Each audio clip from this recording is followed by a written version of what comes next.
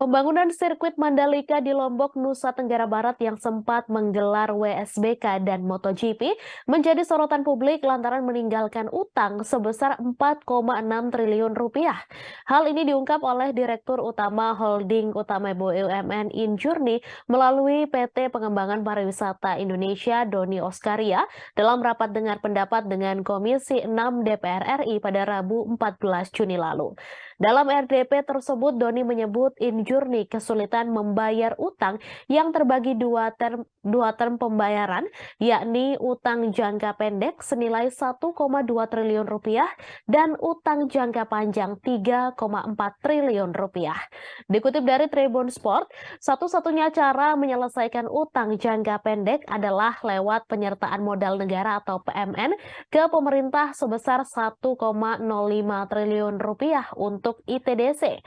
Menanggapi hal ini, pengamat ekonomi Yanuar Rizky menilai kasus utang pembangunan sirkuit Mandalika bisa merugikan negara dua kali, yakni dari sisi ekuitas atau modal investasi negara yang tidak terbayarkan dan pemberian PMN kembali jika ekuitas berubah negatif.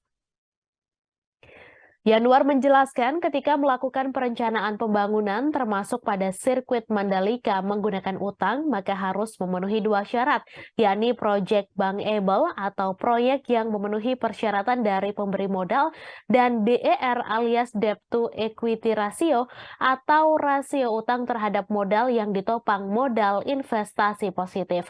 Guna memenuhi persyaratan tersebut, maka diharuskan ada studi kelayakan dan hitung-hitungan anggaran proyek serta proyeksi keuntungan. Ex-Komisaris Independen PT Pupuk Indonesia ini menerangkan utang dalam sebuah proyek pembangunan BUMD menjadi hal biasa sepanjang studi kelayakan pemerintah dan pelaksanaan proyeknya. Namun menjadi tidak biasa jika tak bisa membayar utang dan justru menyebabkan debt to equity ratio yang ditopang ekuitas negatif. Jika nilai proyek membengkak, perlu dipastikan lebih dulu tak terjadinya penggelembungan anggaran saat pelaksanaan proyek dan menyebabkan ekuitas negatif.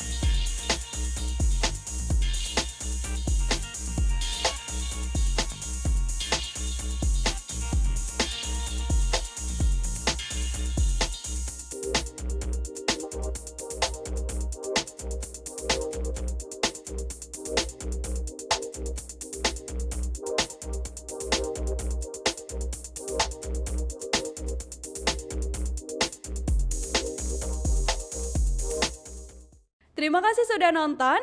Jangan lupa like, subscribe, dan share ya.